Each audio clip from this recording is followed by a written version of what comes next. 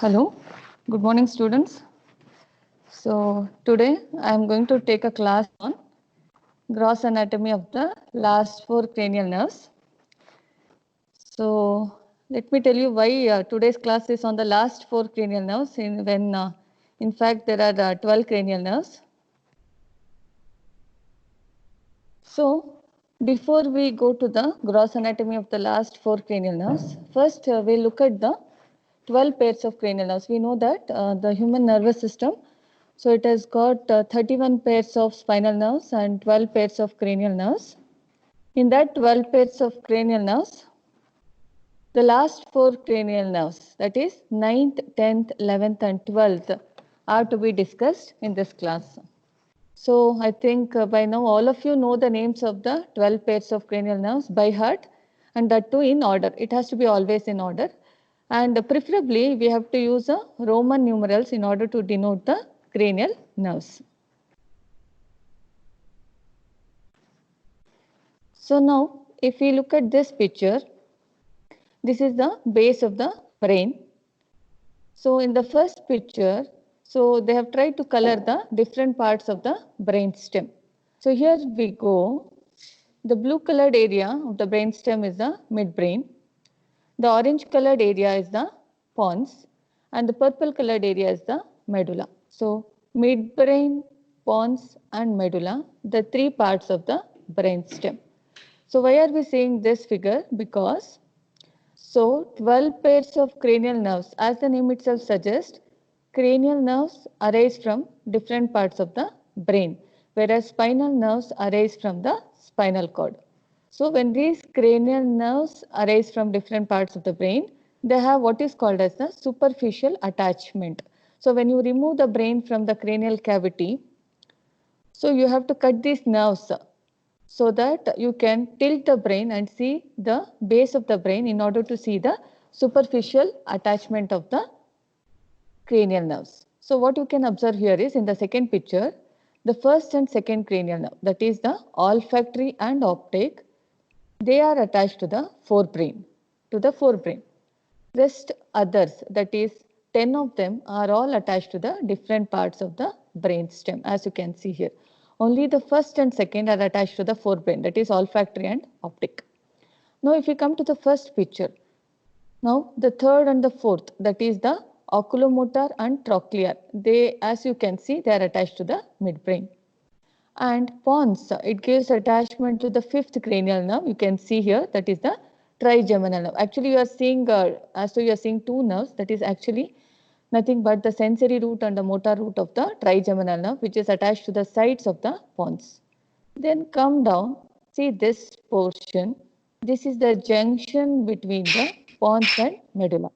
Pons and medulla. So here in the junction between the pons and medulla, you can see the attachment of the sixth cranial nerve, that is abducent. More laterally on either side, see the attachment of the facial nerve, that is the seventh cranial nerve. So that it has got both a motor root and a sensory root. You can see that. Then more laterally, there is attachment of the eighth cranial nerve, that is the vestibulocochlear nerve. Okay. Then come to the medulla itself. So you can see on either side, this picture as well as this picture. Medulla itself gives attachment to the last four cranial nerves. So you can see here more anteriorly. So this portion in front of the medulla here is called as pyramid. And behind the pyramid on either side, this bulging portion is called as olive. So between the pyramid and olive, you can see that there is emergence of rootlets of 12th cranial nerve, that is hypoglossal nerve. Are you seeing this? Between pyramid and olive, this junction, which is nothing but our anterolateral sulcus, there is emergence of many rootlets of the hypoglossal nerve or 12th cranial nerve. You go little behind the olive, but in front of something called as the inferior cerebellar peduncle. You know later what is all those things, because neuroanatomy is not yet done to you. So these are all new terminologies. Just know that behind the olive, there is attachment of 9th, 10th and 11th cranial nerves. So these are the rootlets of 9th, 10th and 11th. That is glossopharyngeal, vagus and accessory.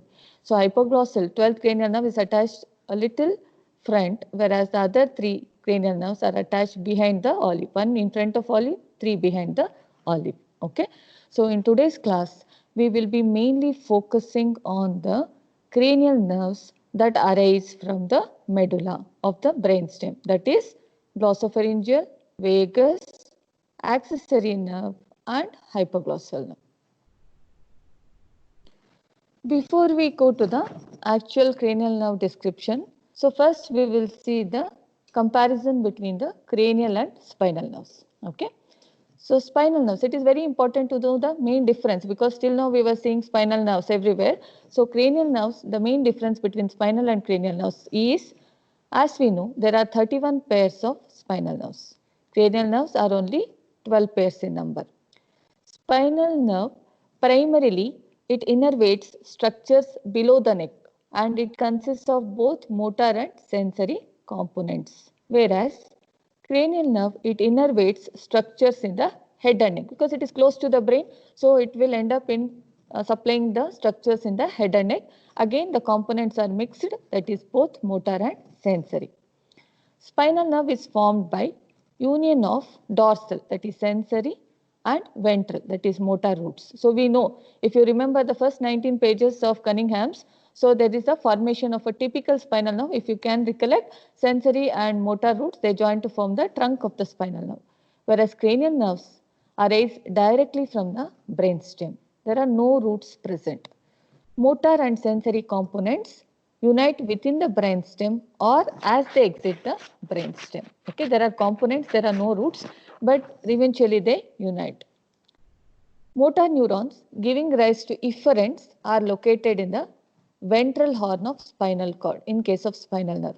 They are present in ventral horn, whereas motor neurons giving rise to efferents in case of cranial nerve, they are located in the nuclei in the brainstem, correct? Nuclei of the brainstem. You know what is nucleus? So nucleus means it is a collection of cell bodies, nerve cell bodies inside the central nervous system. If it is outside, you call it as ganglia. Now, neurons giving rise to sensory components are located in the dorsal root ganglion or the sensory ganglion of the spinal nerve, which you know. Whereas in cranial nerve, neurons giving rise to sensory components located in the named ganglia. Named ganglia in the sense we call it as a ganglion of the glossopharyngeal nerve, ganglion of the vagus nerve. So those are called as named ganglion. Then in case of spinal nerve, the nerves contain multiple components, that is both sensory, motor. So that includes, so even this is a new terminology for all of you. So kindly do not worry much about what is GSE. So it all stands for, it is an abbreviation for general somatic efferent, general visceral efferent, general somatic afferent, general visceral afferent. So that is based on the component from where it is carrying information, whether it is sending information to any muscles, whether it is sending information to any glands, okay, so any smooth muscle. So based on that, we have coined these terminologies. But just know that SE stands for somatic efferent, V stands for visceral efferent. The same here, only thing is afferent, that is incoming. Whereas cranial nerves will have an extra modalities, multiple components are there because cranial nerves are going to supply the structures in the head and neck. And most of the muscles of the head and neck, they are derived from the branchial arches, okay, pharyngeal arches. So in order to supply the muscles which arise from the pharyngeal arches, there is separate components. For example, we have something called as a special visceral efferent that mainly supplies the muscles derived from the branchial arches, so on and so forth. So cranial nerve will have more functional components compared to the spinal nerve. So this is the basic difference between the spinal nerves and cranial nerves. Now, based on whether the cranial nerve, out of 12 cranial nerves, some cranial nerves have purely sensory fibers. Some cranial nerves have purely motor fibers. Some cranial nerves have got both, that is mixed. They have got both motor and sensory fibers. So based on that, we classify the 12 pairs of cranial nerves as purely sensory, purely motor and mixed nerves. Purely sensory means they contain only afferent sensory fibers. So you can easily make out those three purely sensory because they have something to do with special senses. We have olfactory, that is cranial nerve number 1, then optic, that is second cranial nerve, vestibulocochlear, that is eighth cranial nerve. All the three are concerned with olfaction, vision and hearing and equilibrium. So all the three will be purely sensory cranial nerves. Purely motor means they supply only muscles. They supply muscles. They contain only efferent or motor fibers. What are those? Oculomotor, trochlear, abducent, accessory, hypoglossal. This is very easy again to remember. You remember SO4, LR6, all others 3 in case of orbit. So in the orbit, 5 muscles are supplied by oculomotor if you remember.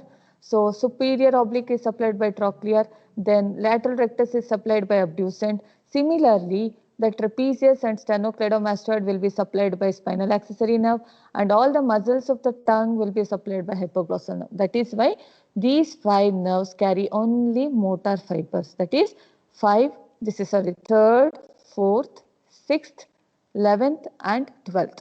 These 5 are purely motor cranial nerves. Then what is left out? We have finished with 5 and 3, so that is 8. What is left out now is another 4 out of 12, that is mixed nerves, because they contain both sensory and motor fibers. What are those? Trigeminal, facial, glossopharyngeal, vagus. That is 5th, 7th, 9th, 10th. Okay. So that completes all our 12 cranial nerves, which has been classified based on the type of sensations they carry, whether it is motor, sensory or mixed. So again, this chart you need not worry much, because it is little tricky to understand unless until we finish the neuroanatomy component of it.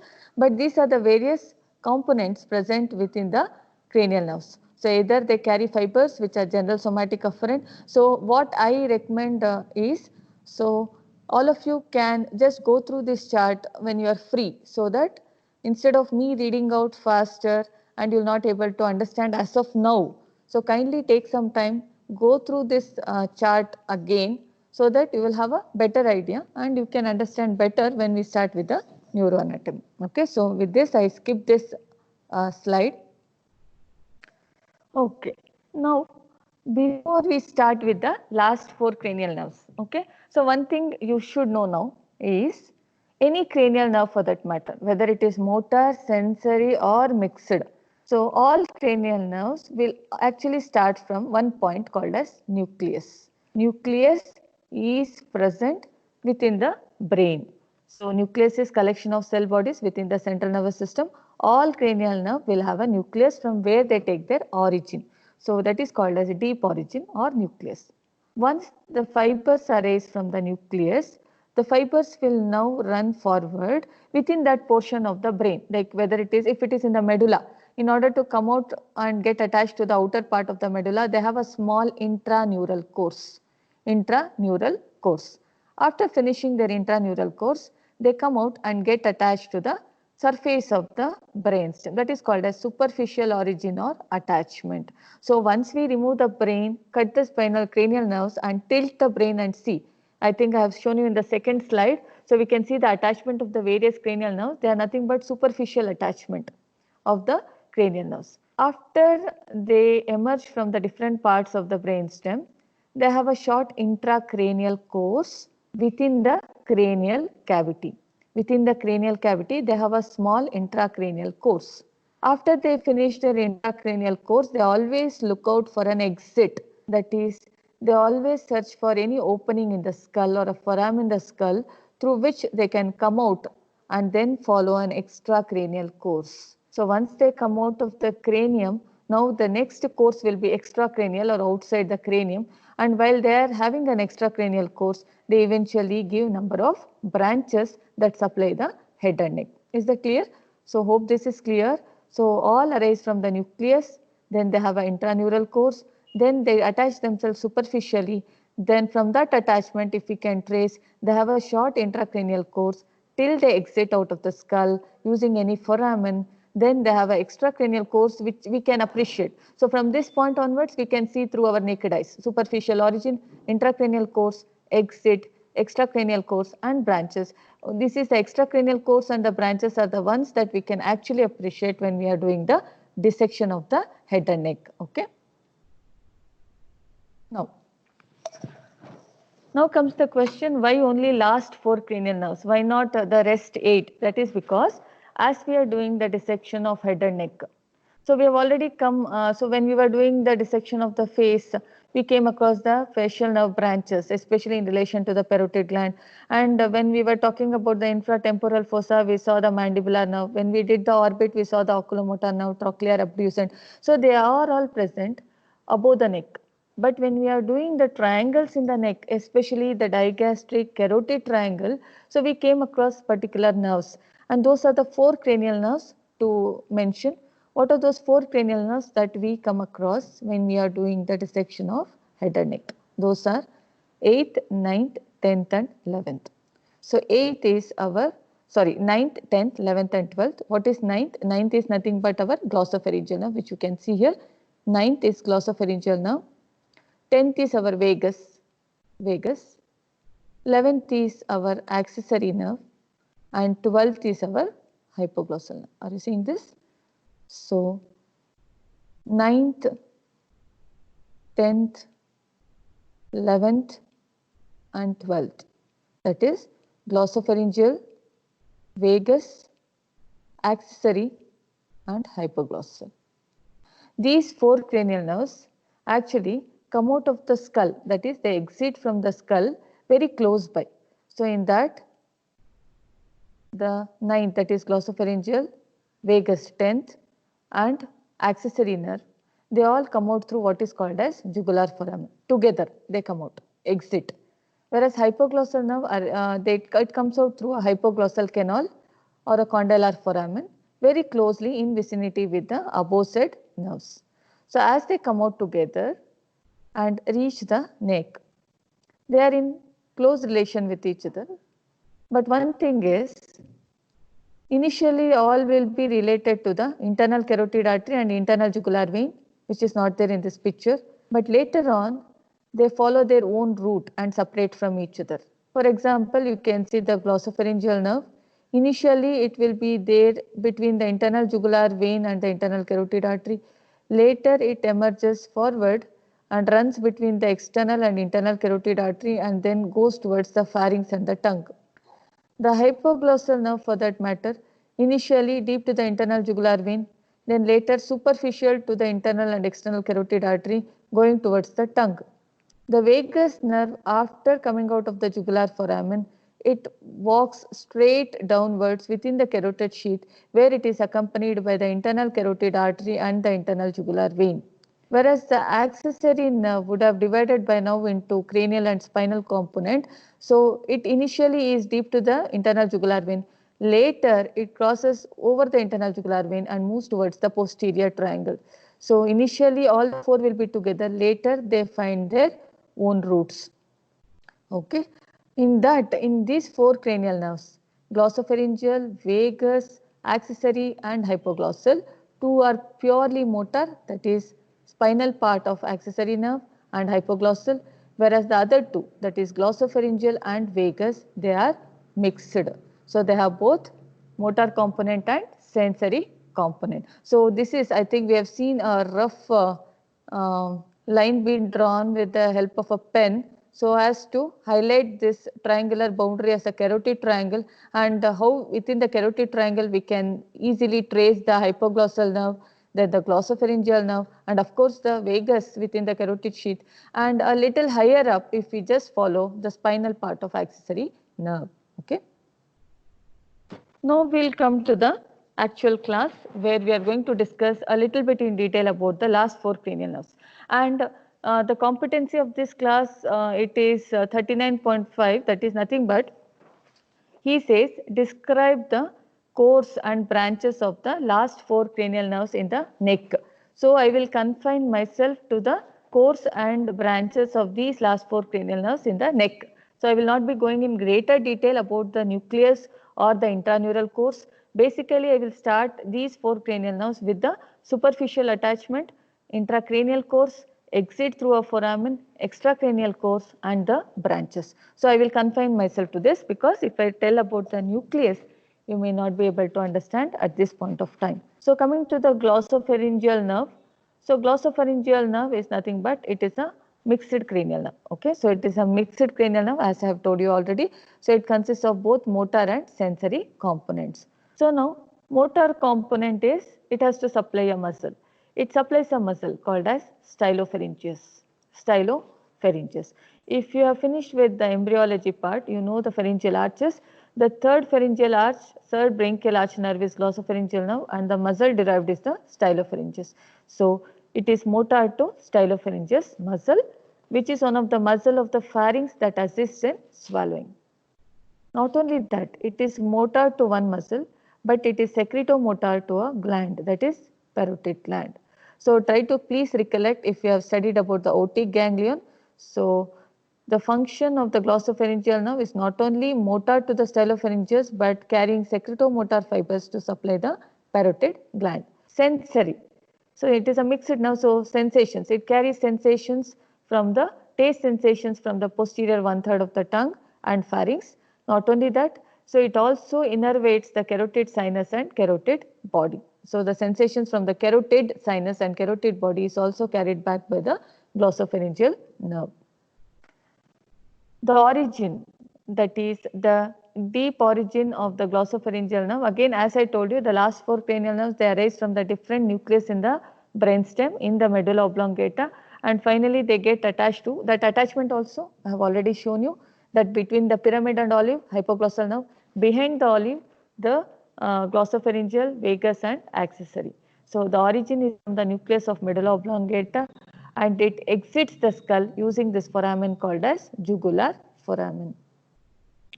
Before we go to the further course, so I think all of you know this foramen, isn't it? So this is in the base of the cranial cavity. So at the junction between the middle and posterior cranial fossa, here just between the occipital bone and petrous part of temporal bone to be precise, there is one foramen. This foramen is called as jugular foramen. This jugular foramen will transmit these structures. More anteriorly, there is inferior petrosal sinus, more posteriorly sigmoid sinus, and in between these two, in the middle part of the jugular foramen, there passes 8th, 9th, 10th and 11th cranial nerves. That is glossopharyngeal, which is invested by a separate dural sheath. Vagus and accessory are covered by a common dural sheath. So 9th, 10th and 11th. 9th, 10th and 11th will always pass through the middle of the jugular foramen. You can see this is the middle of the jugular foramen where exactly is pointed. So posteriorly it is related to the sigmoid sinus, which you can see here. Here runs the sigmoid sinus, and here it will be related to the inferior petrosal sinus. You know the inferior petrosal sinus, which is an important tributary of our cavernous sinus. Here will be inferior petrosal sinus, here will be sigmoid sinus, and in the center compartment it gives exit for the 9th, 10th and 11th cranial nerves. So this I have already discussed. Here is the superficial attachment of the 9th, 10th and 11th behind the olive.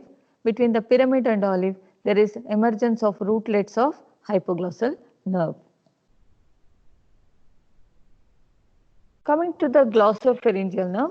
So I will try to kindly try not to read the text part, because you may be missing what I am trying to show you in the diagram. So whenever you are free, you can just go back to these slides and read in detail about the text part. So reading the text simultaneously as seeing the figure, it might not help. So just concentrate on the part which I am trying to explain. So this is a section of the medulla. So as you can see, and there are nucleus located within it. So these are the nucleus, that is the deep origin of any cranial nerve. Okay. Then there are many nucleus, because the glossopharyngeal nerve is a mixed cranial nerve. It has many components. So that is why there needs to be as many nucleus as possible for the different components. So we have nucleus of tractus solitarius, dorsal nucleus of vagus, inferior salivatory nucleus, nucleus ambiguus. So all these except the inferior salivatory nucleus, which is mainly carrying preganglionic parasympathetic fibers for parotid gland, the other three nucleus are in common with the vagus nerve. Okay.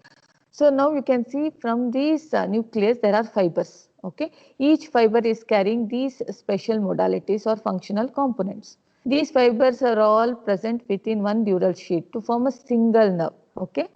Then this is called as the intraneural course. Deep origin, intraneural course, till they come out and get themselves attached here like this. So which we can see. So their attachment here. Okay. These are the four nucleus carrying fibers for these four modalities. Okay. So once they emerge out, start from here. These are the rootlets.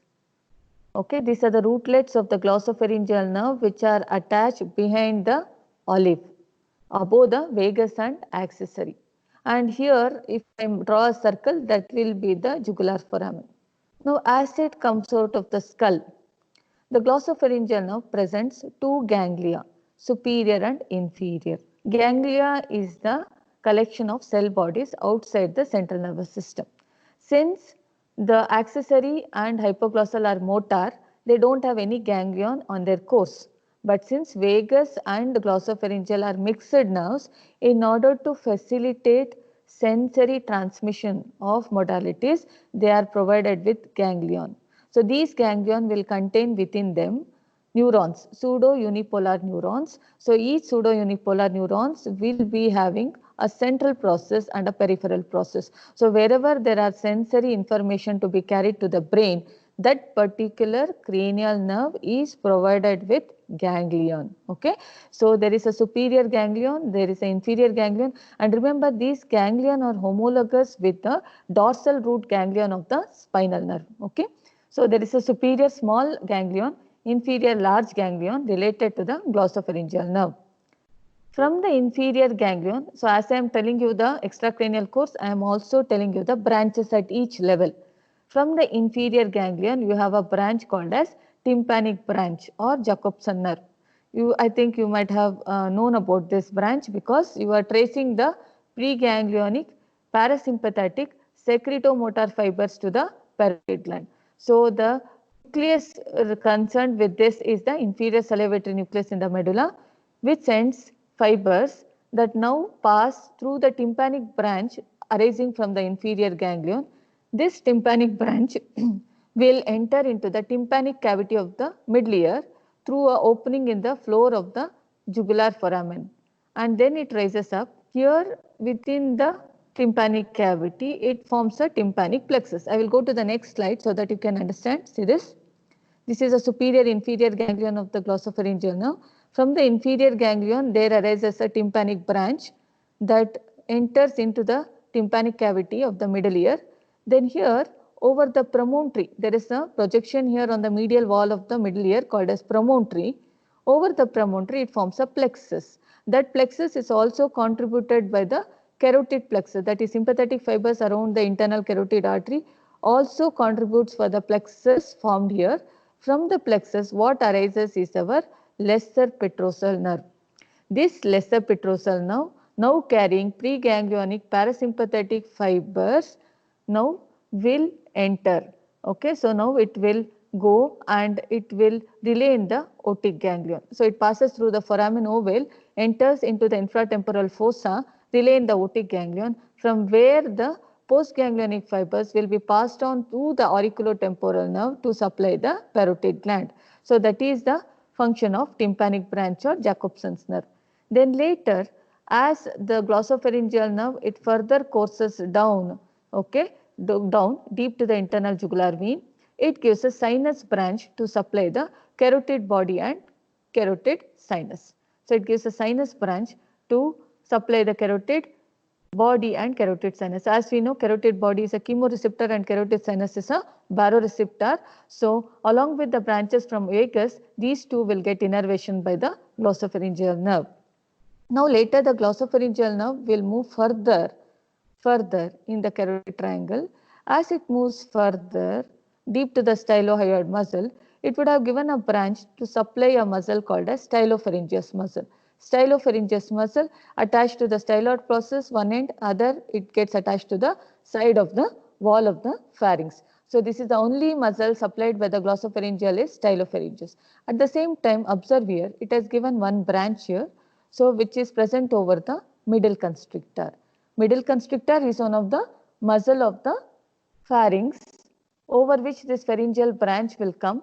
Here it forms a plexus along with the branches of vagus and sympathetic and carries sensations from this pharynx towards the main nucleus. So a pharyngeal branch to the middle constrictor and a stylopharyngeus branch to supply that particular muscle, and a carotid branch to supply the sinus and body, and a tympanic branch to supply the parotid gland.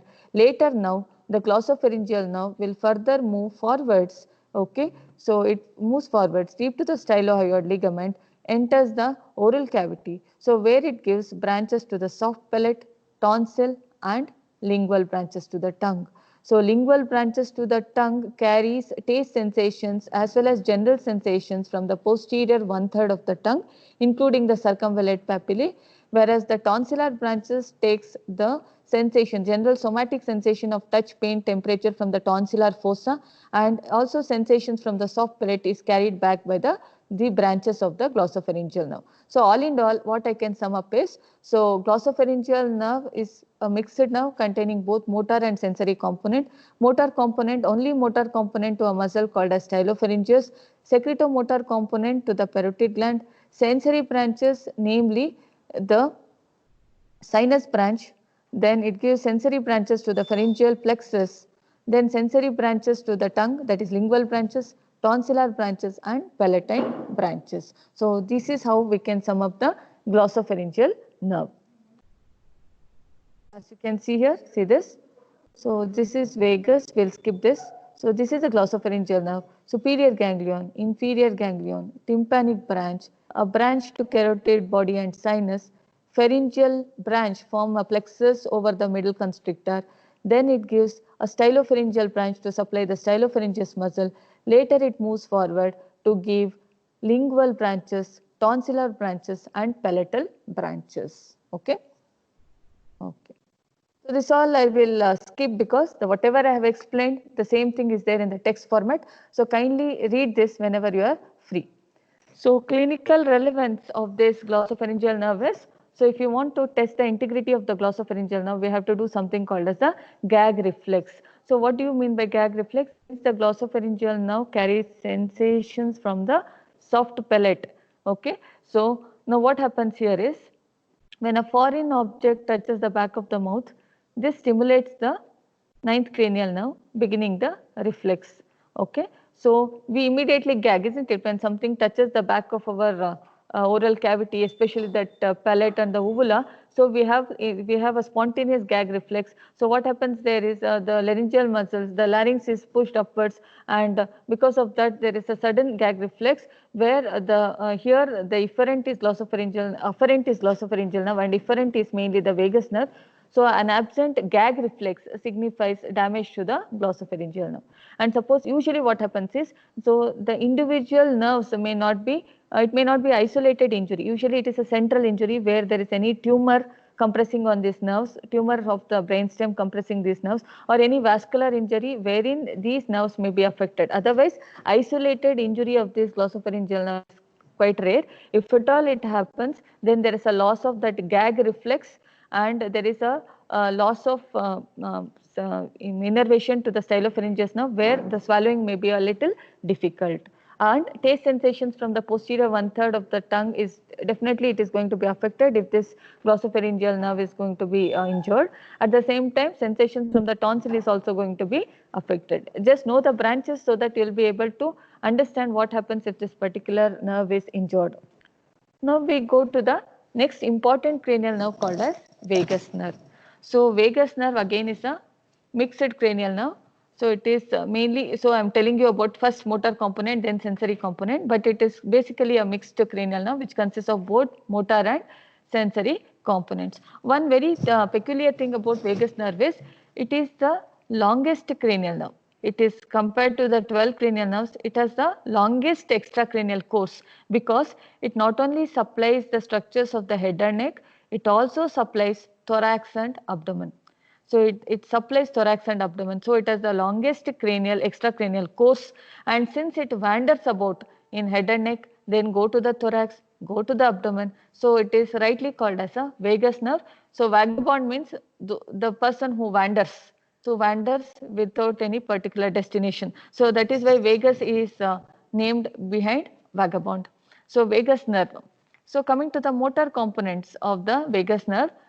So it is motor because we know that it supplies the muscles especially in the head and neck. Apart from that, it supplies the smooth muscles of the tracheobronchial tree and also it supplies the smooth muscles of the abdominal viscera as far as the midgut. So midgut as far as the splenic flexure. So that is why this is very important vagus nerve, because it supplies the heart, it forms a plexus, cardiac plexus, it forms pulmonary plexus, tracheobronchial tree and abdominal viscera. All the glands related to these areas are all covered by the vagus nerve. So function is, so it is heart, it supplies the heart and great thoracic blood vessels, the smooth muscles present in these blood vessels. It supplies the smooth muscles in the, it supplies the muscles, motor muscles in the larynx, smooth muscles in the trachea, bronchi and the lungs. And it supplies the viscera of the alimentary tract from the pharynx to the splenic flexure of the colon. Then it also supplies liver, kidney and pancreas. So origin of this vagus nerve is of course from the medulla oblongata, and opening to the skull is jugular foramen. And sensory component of this will be discussed in the next few slides. Since it is a mixed nerve, I have just started with the motor component of it. So now the vagus nerve is associated with derivatives of the fourth pharyngeal arch. So we know the fourth and sixth pharyngeal arches gives rise to muscles of the larynx, pharynx and the palate. So it is associated with derivatives of the fourth pharyngeal arch. It is the longest course of all cranial nerves, extending from the head to the abdomen. It arises from the medulla of the brainstem, exits the cranium via jugular foramen with glossopharyngeal and accessory. Okay. See, this is the deep origin. There are these nucleus of the vagus nerve. So there is a nucleus tractus solitarius. There is a dorsal nucleus of vagus, nucleus ambiguus, and there is also what is called as, very close by, there is a nucleus of the trigeminal nerve also very close by it. But these are the important nucleus of the vagus nerve carrying different modalities. These are the modalities. These are the various modalities, functional components that it carries, and we have already known this because this is commonly shared with the glossopharyngeal nerve. Okay. Now, after taking origin from these nucleus in the brainstem, this is the short intraneural course, and this is the site of superficial attachment to the brainstem, where it is attached below the glossopharyngeal nerve behind the olive. Okay. Then now we'll start with this. Just observe this carefully. So this is the vagus nerve that has come through the jugular foramen, exit out, and here it presents two ganglion just like glossopharyngeal nerve. You remember superior ganglion and inferior ganglion. Inferior is always larger. Now one more important thing, observe here. The vagus nerve and the accessory nerve, that is 10th and 11th, will be always covered by the common dural sheath while it is coming out of the jugular foramen. Then later what happens? The accessory nerve will have two parts, spinal part and cranial part. So the cranial part of the accessory nerve will unite with the vagus nerve after it exits out of the jugular foramen. It may unite with the vagus nerve either at the level of inferior ganglion or below it. So you can see that the cranial root of accessory nerve is actually blending with that vagus nerve. After it blends with the vagus nerve, this cranial root of accessory nerve will lose its identity, and now it, through the branches of the vagus, it has to supply the different structures. So it gives all its fibers to the vagus nerve, and through its branches it supplies whatever area that it has to supply. Now coming back to the vagus, there is a superior ganglion, there is an inferior ganglion.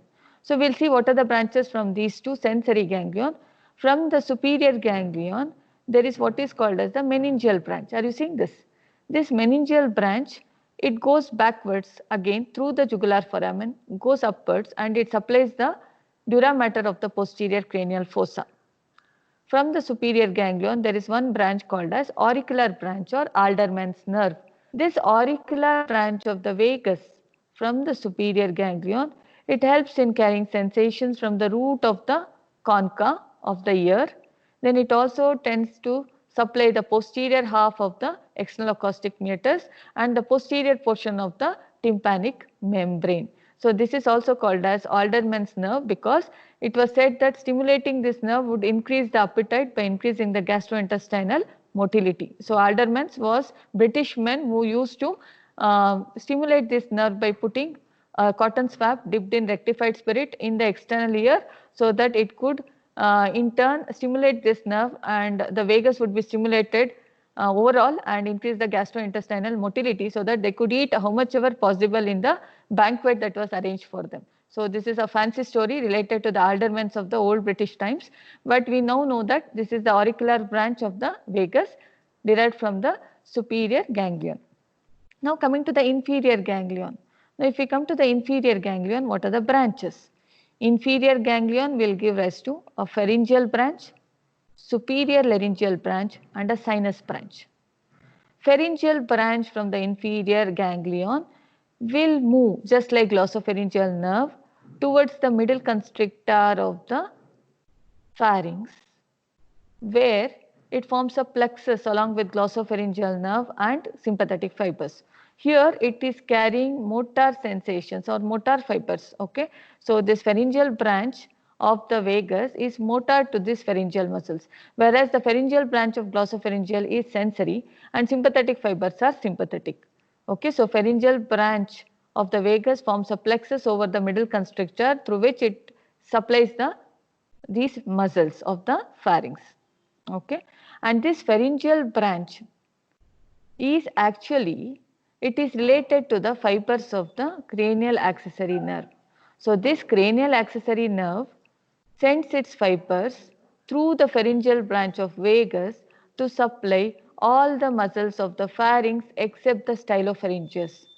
Stylopharyngeus, as we have already known, it is supplied by the glossopharyngeal nerve. So all the muscles of the pharynx is supplied by pharyngeal branch of the vagus nerve through the fibers coming from the cranial root of accessory nerve except the stylopharyngeus. Later on, the inferior ganglion has given the superior laryngeal nerve. This superior laryngeal nerve, when it comes over the middle constrictor, it divides into an internal laryngeal nerve and external laryngeal nerve. Internal laryngeal nerve is sensory. It finds its way, this is the thyrohyoid membrane between the hyoid bone and the thyroid cartilage. Now there is an aperture on the side. So the internal laryngeal nerve along with superior laryngeal vessels pass through this opening, enter into the larynx, and it carries sensations from the interior of the larynx above the vocal cords, internal laryngeal nerve. Whereas external laryngeal nerve follows the superior thyroid artery, comes all the way down and supplies a muscle called as cricothyroid muscle, along with giving a branch to the inferior constrictor. So a branch to cricothyroid and inferior constrictor is the work of the external laryngeal nerve accompanying the superior thyroid artery. Okay, then it gives a sinus branch, which we know will supply the carotid sinus and carotid body. Then from the main trunk of the vagus, we know the main trunk of the vagus, now it will travel within the carotid sheath, where it is related posteriorly between the internal carotid artery and internal jugular vein. And as it travels downwards after giving these branches, now once it reaches the root of the neck, the right side vagus nerve would give a branch called as right recurrent laryngeal nerve. If you remember, the right recurrent laryngeal nerve will wind around the first part of the subclavian artery, then it will accompany the inferior thyroid vessels and enter deep to these constrictor muscles to enter into the cavity of the larynx, where the recurrent laryngeal nerve not only supplies all the muscles of the larynx except the cricothyroid, but also carries sensations from the interior of the laryngeal cavity below the vocal folds, recurrent laryngeal. But one clear thing you should know that this recurrent laryngeal nerve is also carrying fibers coming from the cranial root of accessory nerve. So through the recurrent laryngeal nerve, the cranial root of accessory nerve sends its fibers and sees to that this recurrent laryngeal nerve will supply the muscles of the larynx except the cricothyroid, Okay. At the same time, the cranial root of accessory nerve through its branches to the pharyngeal branch not only supplies the muscles of the pharynx, but it also supplies the muscles of the soft palate except tensor tympani, except the tensor tympani and tensor palatii. So except the tensor palatii, it supplies all the muscles of the soft palate. So one important thing you should know here is the pharyngeal branch of vagus and the recurrent laryngeal branch of vagus both are carrying fibers given by the cranial root of accessory nerve through which they are supplying all the muscles of the pharynx except the stylopharyngeus, all the muscles of the soft palate except tensor palatii, all the muscles of the larynx except the cricothyroid, all these are covered by the branches of vagus through the fibers that are donated by the cranial root of accessory nerve. Okay, so this is very important for you to know. And one more thing, here you can see the right recurrent laryngeal nerve. The left recurrent laryngeal nerve doesn't wind around the first part of subclavian artery, but around the arch of aorta, which is due to developmental changes during the formation of pharyngeal arches. Then after giving this branch, now the vagus will go straight down into the thorax. So, and one more thing at this point, apart from the recurrent laryngeal nerve, the vagus will also give cardiac branches in the head and neck only. In the neck region, it gives cardiac branches. The same cardiac branches are also given in the thorax. These cardiac branches, which are given as like paired, superior and inferior, they form cardiac plexus. These cardiac plexus, they are formed in the middle mediastinum of the thorax, through which they send cardioinhibitory fibers to the heart. Okay. So this is the ganglion, inferior ganglion of the vagus, through which it is giving branches like as you can see, this is the superior laryngeal nerve, pharyngeal nerve, superior laryngeal nerve, internal laryngeal nerve, external laryngeal nerve, branch to carotid body and carotid sinus, then straight down in the carotid sheath, then on the right side we will give a recurrent laryngeal branch and cardiac branches to form the cardiac plexus. Okay. Again, this all just to say how the vagus goes into the thorax and forms a nice pulmonary and cardiac plexus, and where it goes and forms a plexus in the abdomen. So you know that, I think you know that using the esophageal opening in the diaphragm, the two trunks, that is anterior vagal trunk and the posterior vagal trunk of the vagus, will enter into the abdomen. So you know that. So this all, whatever I told you, this is the same repetition, so I am not going to show you this. Just to show the difference between the course followed by the right recurrent laryngeal nerve and the left recurrent laryngeal nerve.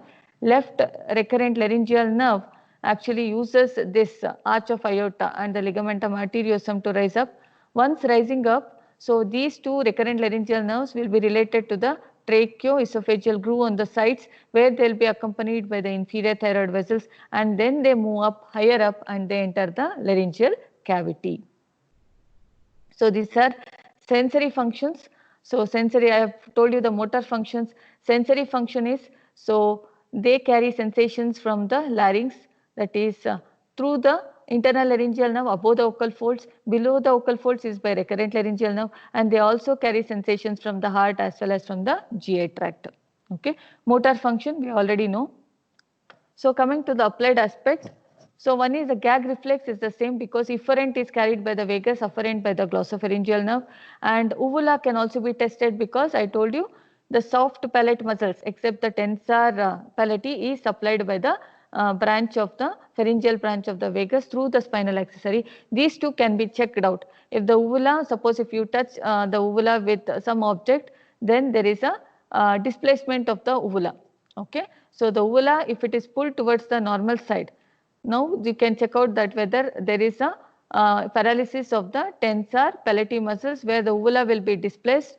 So in case whenever you touch the uvula with any object, or if there is any loss of gag reflex, can be checked for both glossopharyngeal nerve as well as for the vagus nerve. Now coming to the next cranial nerve, that is the accessory nerve. So accessory nerve is the 11th cranial nerve. It is now easy because it is component is purely motor component. Okay. So accessory nerve, in fact, it has got two roots, cranial root and spinal root. So cranial part and spinal part both are there for accessory nerve. So through the cranial root, as I have already told you, remember the cranial root of accessory nerve loses its identity by joining with the vagus nerve. Correct? So through the branches of vagus, the cranial root of accessory nerve would have supplied the muscles of the soft palate except tensor veli palatii, supplied the muscles of pharynx except the stylopharyngeus, supplies the muscles of larynx except the cricothyroid. Now whatever is left out after the cranial root will be the spinal root, which is motor to two important muscles, sternocleidomastoid and trapezius. The origin is from the medulla, and how they exit out of the skull is through the jugular foramen. Just follow this picture. See now, this is the medulla, and this is a spinal cord. This is a spinal cord, the upper part is medulla. In the medulla, there is a nucleus called as nucleus ambiguus, which is shared by the glossopharyngeal nerve vagus. And the lower part of the nucleus ambiguus will give origin to the cranial root of accessory nerve. Cranial root of accessory nerve. The cranial root of accessory nerve will take its origin from the lower part of the nucleus ambiguus in the medulla oblongata, whereas the spinal part of accessory nerve will take its origin from the central group of anterior horn cells of the first 5 segments of the spinal cord. First 5 segments of the spinal cord from the anterior horn cells, there arises 5 rootlets of the spinal part of accessory nerve. So they emerge between the ventral root and dorsal root of the spinal nerves, and after arising, they join with each other to form a common trunk. Now this common trunk rises up, uses this foramen magnum to enter inside the cranial cavity. After entering into the cranial cavity, the spinal root of accessory nerve for some time joins with the cranial root of accessory nerve. They both together now will exit out of the jugular foramen. After exiting out of the jugular foramen, they again separate. The cranial root of accessory nerve will join the vagus, whereas the spinal root of accessory nerve will travel alone. This is very important because cranial root of accessory nerve loses its identity after a short intracranial course, where after coming out of the jugular foramen it goes and joins the vagus, loses identity, whereas the spinal accessory nerve continues downwards. Okay, as you can see in this picture, see this, identify this, these are the 5 rootlets of the spinal part of accessory nerve entering through the foramen magnum here. Okay, so here is our, this is the nucleus ambiguus, this is the cranial root, they temporarily join, then this is the jugular foramen, come out, then the cranial root has joined the vagus nerve beyond the inferior ganglion, whereas the spinal root continues into the neck in order to supply the sternocleidomastoid and the trapezius. This is very important. So this diagram I have already told you, so I will directly come to the course. So after it, the spinal root of accessory nerve emerges out from the jugular foramen. Now what it does is, the spinal accessory nerve will travel deep to the parotid gland and the posterior belly of digastric, and here in this point it can be felt between the angle of the mandible and the mastoid process. Then it comes downwards, then initially deep to the internal jugular vein, then later superficial to it. Then now it separates out from the rest 3 cranial nerves, enter the posterior triangle. Now it will pierce the sternocleidomastoid or go deep to it at the junction between the upper 1/3 and the lower 2/3. As it is passing deep to the sternocleidomastoid, it supplies it, and here it will be related to number of lymph nodes. And as it comes downwards, now are you seeing this? It can be seen in the posterior triangle passing over the levator scapulae, which is one of the floor muscles. And here the spinal accessory nerve is plastered to the investing layer of the deep cervical fascia, which forms the roof of the posterior triangle. So the accessory nerve is seen plastering to the investing layer of the deep cervical fascia. Here it communicates with C2, C3 cervical nerves for proprioception, then comes downwards. And here, as you can see, after emerging out from the posterior border of the sternocleidomastoid, traveling through the posterior triangle, just 5 centimeters above the clavicle, now it passes deep to the anterior border of the trapezius, supplies the trapezius, and further move backwards deep to the trapezius along with the superficial branch of transverse cervical artery, which you have seen while you are dissecting the back. So this spinal part of accessory supplies 2 important muscles, sternocleidomastoid as well as the trapezius. Plus, through its communication with C2, C3, it carries proprioceptive sensations from these 2 muscles. This is very important, and so as it is traveling here, it will be strictly plastered to the investing layer of the deep cervical fascia. You can see here, see how it is passing deep to the styloid process, initially deep to internal jugular vein, superficial to it, passing deep to sternocleidomastoid, entering the posterior triangle, levator scapulae, go deep to the trapezius muscle. So importance of accessory nerve.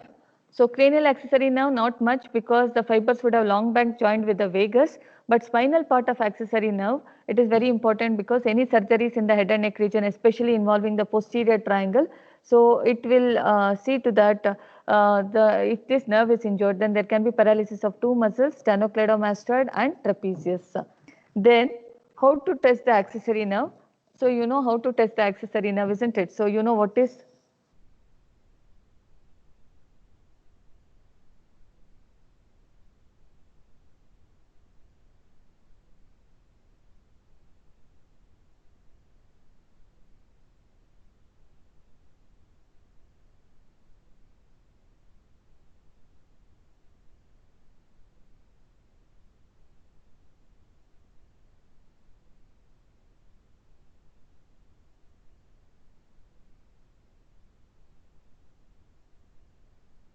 okay.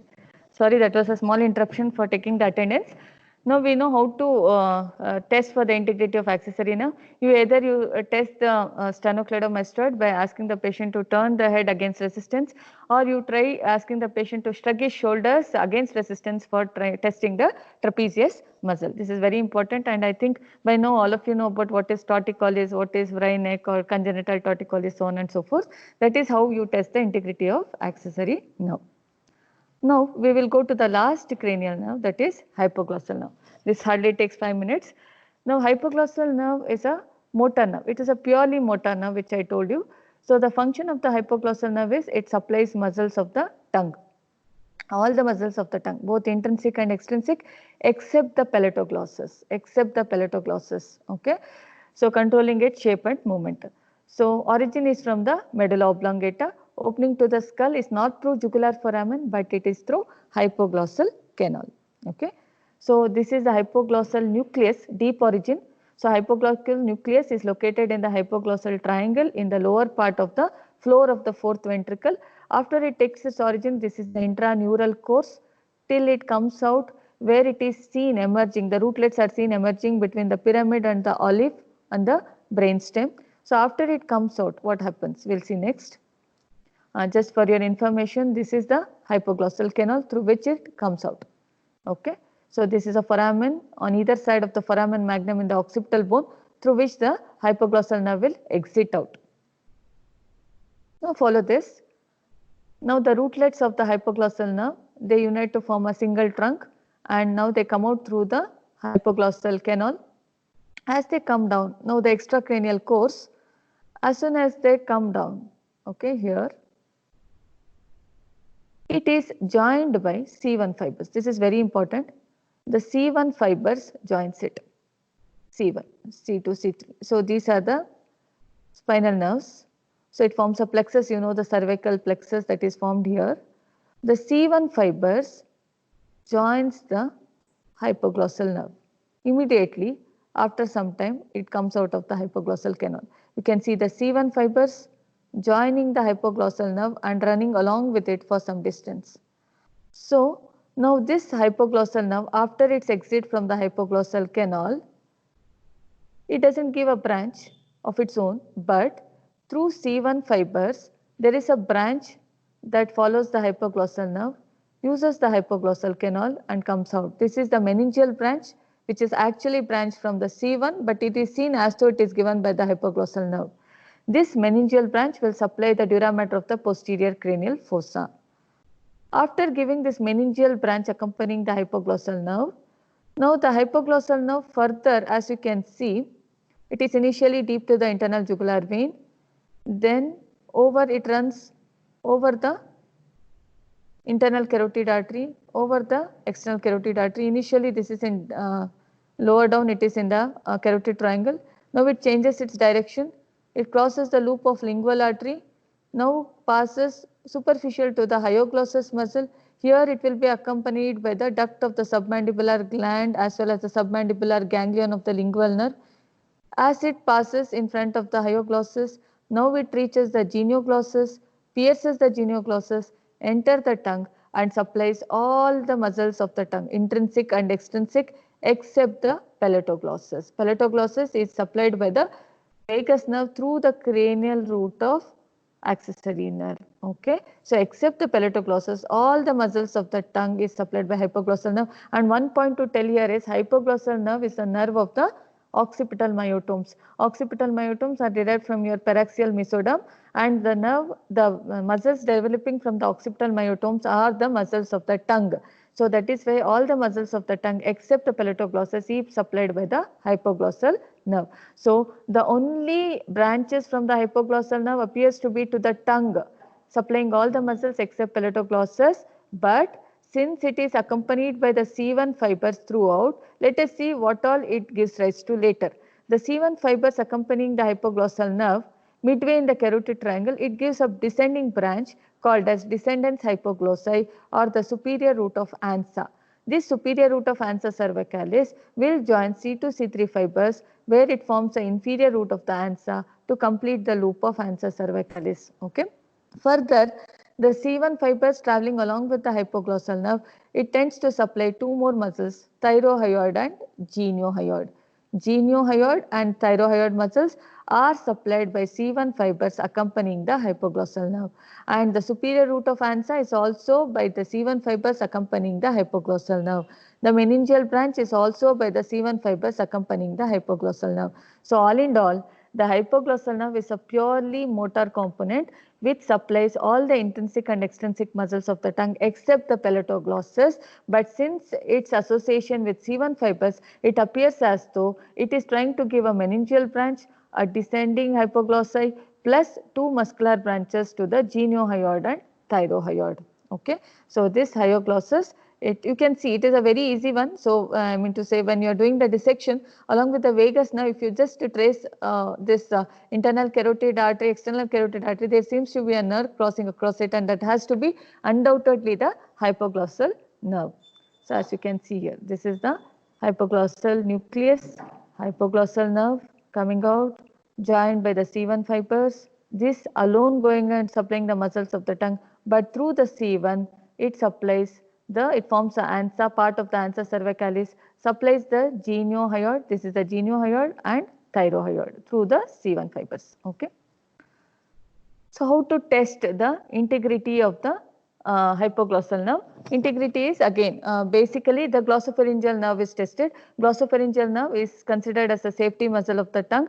Whenever there is unilateral paralysis of the hypoglossal nerve, you ask the patient to protrude the tongue out. So the main function of glossopharyngeal nerve is to protrude the tip of the tongue out. If one side glossopharyngeal nerve is damaged, then when the person is asked to protrude the tongue out, the tip of the tongue will be deviated to the it is deviated to the normal side. That is because the other side, which is normal, so which is trying to protrude the tongue out, so it is nullified by the paralyzed side. So that is why, so hypoglossal nerve is examined by asking the patient to protrude their tongue.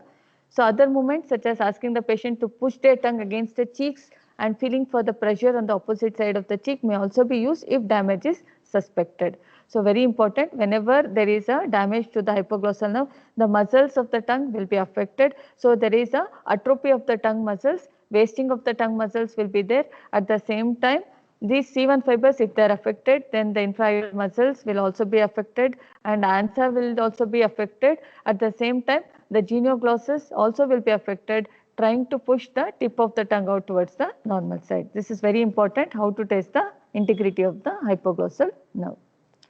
With this, we come to the end of all the last four cranial nerves, which is very important.